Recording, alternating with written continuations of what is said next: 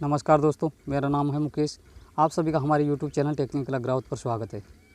दोस्तों, आज का वीडियो आप ही के कमेंट का रिप्लाई देने के लिए मैंने बनाया है। इसमें मुजफ्फर शेख जी जो हैं, इन्होंने मुझे कमेंट किया था कि सर CRT टीवी में हीटर की सप्लाई को कैसे बढ़ाते हैं। तो दोस्तों, मुजफ्फर शेख जी हमारे काफ़ी पुराने व्यूवर है। तो आज का वीडियो हीटर की सप्लाई को हम कैसे बढ़ा सकते हैं CRT टीवी में। तो दोस्तों, हीटर की सप्लाई हमें बढ़ाने की ज़रूरत आखिर क्यों होती है। तो देखिए, हीटर की सप्लाई बढ़ाने की ज़रूरत तभी होती है जब हमारा CRT बहुत पुराना हो जाता है। तो उसमें ब्राइटनेस और कंट्रास्ट, जब भी हम स्क्रीन EST पर जो लगा रहता है स्क्रीन कंट्रोल और फोकस कंट्रोल, उसको बढ़ाने के बाद भी हमारी पिक्चर क्वालिटी अच्छी नहीं आती है। ब्लैक काली काली आती है या डल या धुंधली आती है। थोड़ा इस हीटर की सप्लाई को हम बढ़ा देते हैं तो हमारा ये पिक्चर क्वालिटी सही हो जाती है। तो दोस्तों, कैसे बढ़ाते हैं,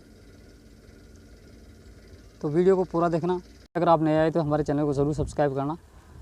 तो चलिए शुरू करते हैं। तो 3 तरीके होते हैं जिससे हम हीटर की सप्लाई को बढ़ा सकते हैं। तो सबसे पहला तो ये होता है, तो दोस्तों इस बोर्ड से मैं आपको दिखाने की कोशिश करूँगा। तो सबसे पहला तो यही होता है कि हम इसकी जो सप्लाई है 110 सप्लाई, उसको हम बढ़ा देंगे।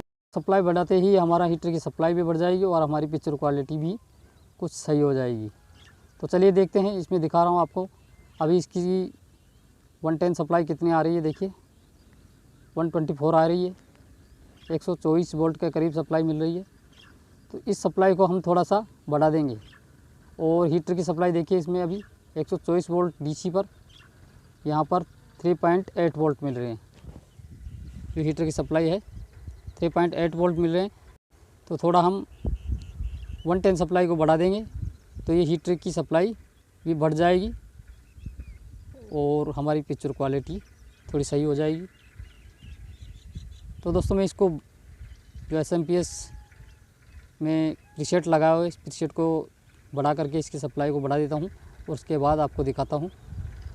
और इस सप्लाई को दोस्तों कम ही हमें बढ़ाना है। अगर ज़्यादा सप्लाई को हम बढ़ा देंगे तो हमारा वर्टिकल सेक्शन में लगी जो IC है वो ख़राब हो जाएगी और आउटपुट ट्रांजिस्टर भी उड़ सकता है। तो इसको हम ज़्यादा नहीं बढ़ा सकते। अब फिर से आपको दिखा रहा हूँ कि कितनी सप्लाई बनी जब हमने प्रीसेट से बढ़ाया। तो ये देखिए अभी 132 सप्लाई हो गई है। 110 सप्लाई जो 124 वोल्ट थी अब वो 132 वोल्ट के करीब हो चुकी है।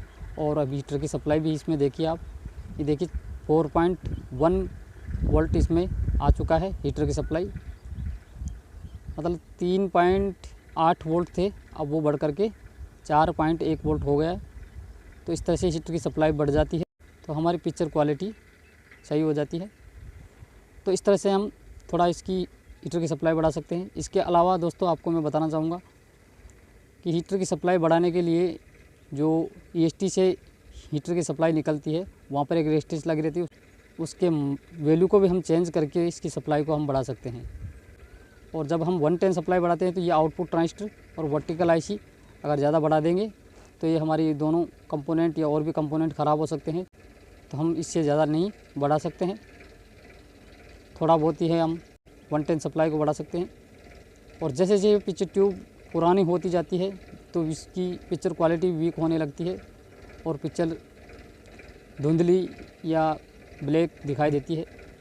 तो देखिए, ये जो रेजिस्टेंस यहाँ पे लगी है ये हीटर की सप्लाई के लिए है, जो EST से निकल करके हीटर की सप्लाई के लिए जाती है। तो इस रेजिस्टेंस की वैल्यू को हम यहाँ पे चेंज कर देंगे। ये 22 ओम के करीब ये रेजिस्टेंस है।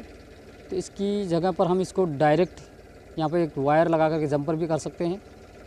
तो इससे हमारी हीटर की सप्लाई बढ़ जाएगी।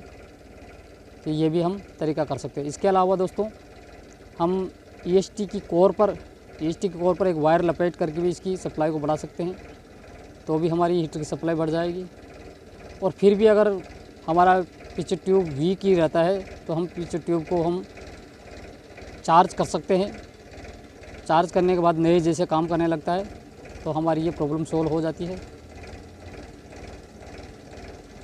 तो दोस्तों, आज का वीडियो कैसा लगा, अच्छा लगा तो लाइक कीजिएगा और चैनल पे आप पहली बार आए तो हमारे चैनल को ज़रूर सब्सक्राइब करना साथ साथ बेल आइकन भी दबाना, जिससे आने वाली सभी वीडियोज़ का नोटिफिकेशन आपको मिलता रहेगा। चलिए दोस्तों, मिलेंगे एक नए वीडियो में नए टॉपिक के साथ, तब तक के लिए नमस्कार।